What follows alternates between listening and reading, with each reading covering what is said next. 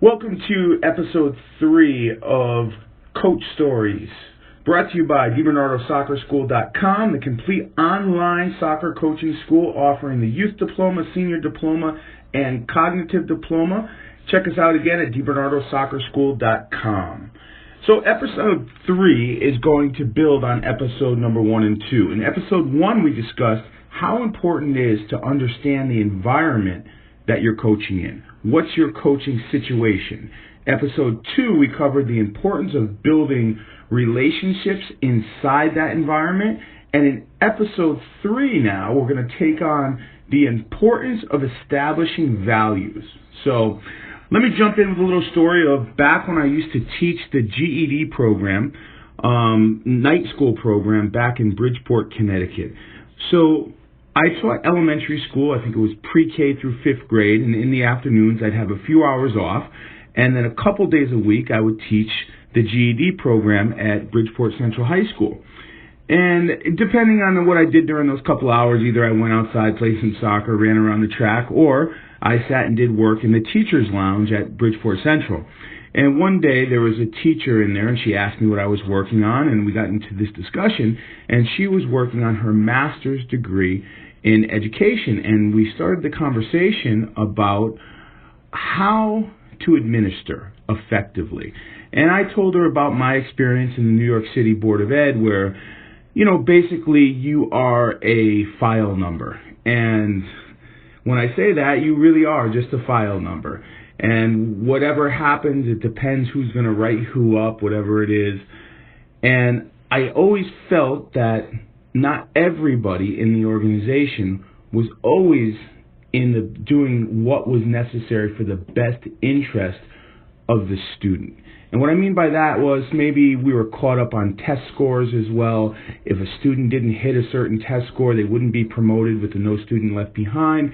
So maybe some teachers were just motivated by that data and how we were going to get people to pass so you wouldn't lose your job and so forth. And I never thought that was a healthy environment. I never thought that was healthy leadership. It was always, please don't get me written up. I don't want to get written up. And she was explaining the same thing. She said that when she was doing her major project for her master's degree, it was whether you're the superintendent, whether you're the principal of the school, how can you motivate teachers so when you walk in their classroom, they're not nervous. They know that you're there so the students can get better, so the students can learn. It's all about what's in the best interest of the students. And if the teacher feels that way, maybe the principal would say, hey, this is what I think you could do to make it even more rewarding for the student, but good job. And the superintendent, the same thing. And that lets the teacher know, hey, we're all on board and we all value the same thing, which is helping the students to get better in a real great environment.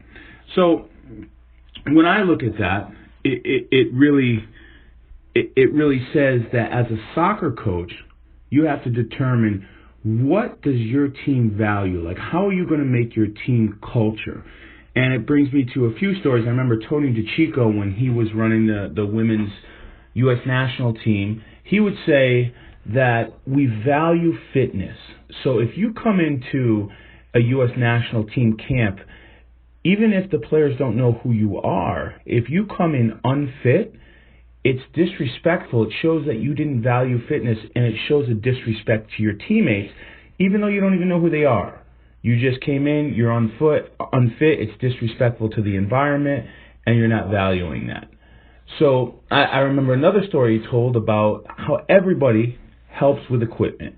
And if you weren't picking up equipment, they would ask you, who are you, the Queen of England? And what they kind of meant by that, I believe, is nobody's too good not to help.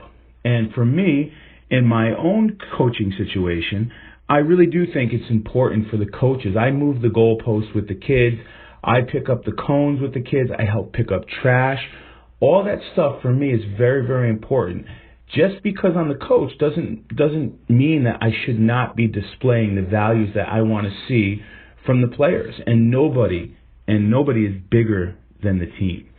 And you see this with the top athletes. You see Pele after the game just talk about love and sign autographs for hours and hours after the game.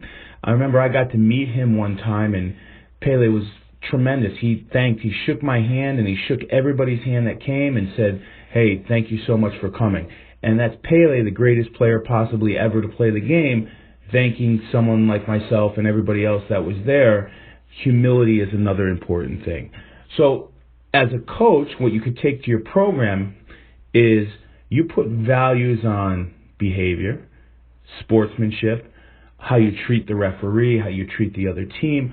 All those things, it's very important to define what do you value as a team. Because as a team culture, you could build a team culture, or either way, the team culture is gonna happen.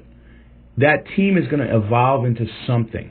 And if you don't control it, you're not quite sure what it's going to evolve into. Now, I've seen some teams who were definitely either not well led, leading to them for poor sportsmanship, maybe even confrontations on the field and so forth. And I'm not putting it all on the coach, but the reality is the coach is the leader, and the players will often follow the coach's example. It's very, very important. So, and then also in the way that you play the game, it's massively important to what do we value in the way we play the game. I saw an interesting video on the Philadelphia Union where their academy players were shown a video, and the video was of the hardworking people of Philadelphia. And the hardworking people of Philadelphia are blue-collar people who take a lot of pride in their work. They're tough people. They're strong people. And the union said, this is who you represent. I want to see that come through in the way we play. And how does that happen? Maybe it's you win every single ball in the air. You throw in tackles. You don't show any pain on your face when you're running. You run and you run and you run and you don't show any weakness, right? I don't know. Those could be things that could go into what we value and in the way that we want to play the game.